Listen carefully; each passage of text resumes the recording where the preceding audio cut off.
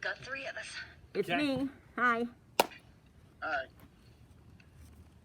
It's a lawyer. No, it's a doctor. No, it's just as time-consuming and as expensive. It's an airline pilot. Hi, I'm Elijah, and I myself am a pilot on my way to the airlines. This is my trusty flight bag that's taking me there. So, this whole speech is going to be telling you about the airlines and their captain. But why would you even care about an airline captain?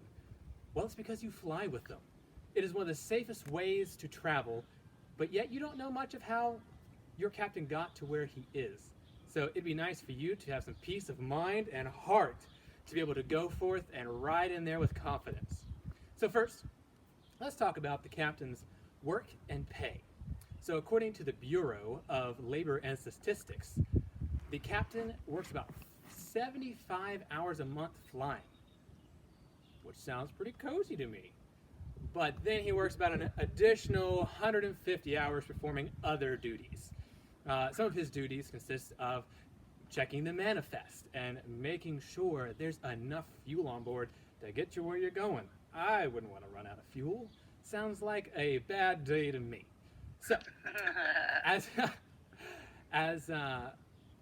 captain, you also have to check the aircraft, such as the flight controls and control surfaces, such as the ailerons and rudder, and all of that falls within his duties.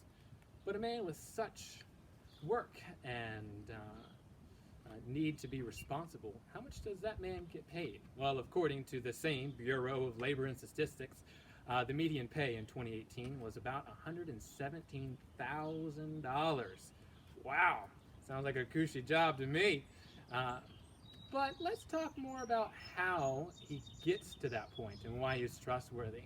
So, according to the renowned online Khan Academy, it takes about $60,000 to $100,000 to get all of your certifications and needs to be able to get to the point of taking your ATP. It stands for Airline Transport Certificate, and that's what you need to be allowed to be pilot at the airlines.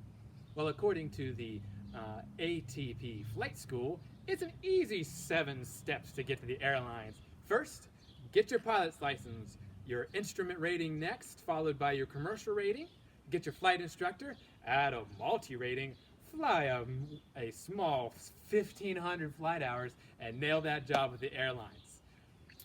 Well, that's quite a bit of work, actually. So I hope you recognize, as the pilot picks up his flight bag every day and heads to the airplane, as I do, that you recognize that it takes a lot of time and money to get to where he is. And that's what builds up a lot of the trust that you should have for him, because it's not an easy path to get there. So we've talked about the work he does, the pay he gets, and how he gets there. But one thing we haven't recognized is that we're Christians, and that as Christians, our call to life is far more than a career at the airlines. Our call is to be in service to Christ. And so we look into 2 Thessalonians 3, where it talks about Christians who do not work, do not eat. In 1 Timothy, it talks about a man that does not provide for his family is worse than an unbeliever. So it is pleasuring to God. God finds it pleasurable when we work and supply for our families. So a career at the airlines is not against God. But we also have to remember this within context of Matthew chapter 5, that says that we're not supposed to hide our light under a bushel.